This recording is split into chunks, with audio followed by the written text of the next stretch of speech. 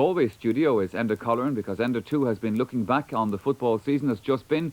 Enda, it has to be said, it wasn't a particularly good football championship. No, Michael, I think it must go down as a disappointing year in which the standards of football and the standard of sportsmanship have declined.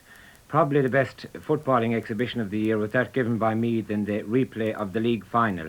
But apart from that, we haven't had many good games. Cork played some very good football in difficult conditions against Monaghan. Mayo showed flashes of brilliance in their semi-final.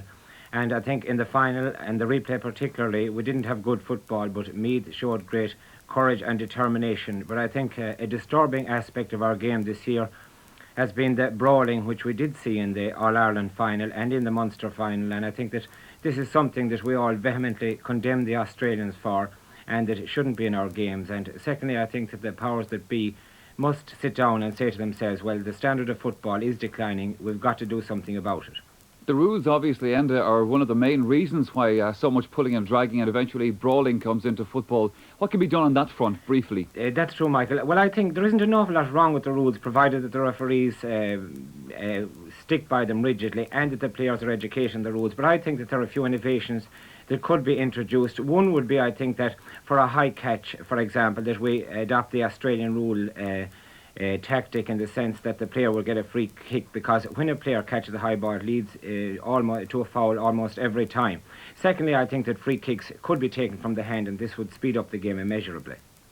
OK, let's briefly look forward to next season then. Enda, how do you think that's going to go? Can Meath do it again? Can Cork recover from a second defeat?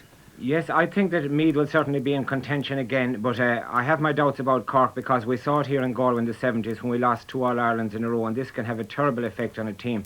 So I would be expecting Kerry to come through in Munster next year. Going by their performance this year, Mayo should come through in Connacht, and anyone can come through in Ulster. But in case I disturb my friends in the hills and valleys of Tyrone, I must say that they're in with as good a chance as anybody for next year. All right, Enda Colleran, thank you very much for joining us this afternoon as well. Thank you, Michael. But now, before I go, let's take a look at the Railway Cup fixtures for the week.